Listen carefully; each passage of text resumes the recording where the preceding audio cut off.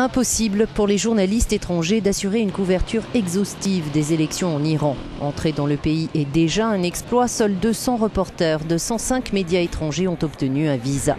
Une fois sur place, les obstacles se multiplient. Reporters sans frontières en dresse la liste. La difficulté pour ces journalistes étrangers à se déplacer librement sur place, constamment surveillés par les traducteurs obligatoirement fournis par le régime de Téhéran, et également dans l'impossibilité souvent de se rendre à des meetings électoraux organisés par des candidats entre guillemets proches de l'opposition.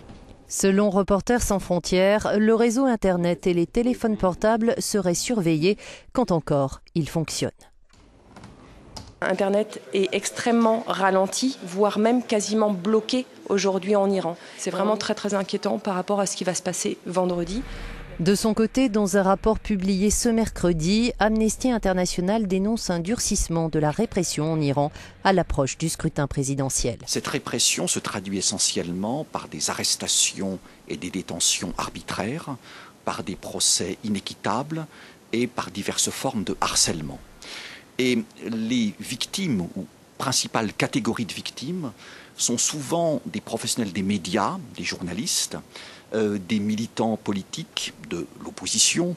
Dans ce climat délétère, tout suscite la méfiance. Rares sont les Iraniens qui acceptent de parler aux journalistes étrangers.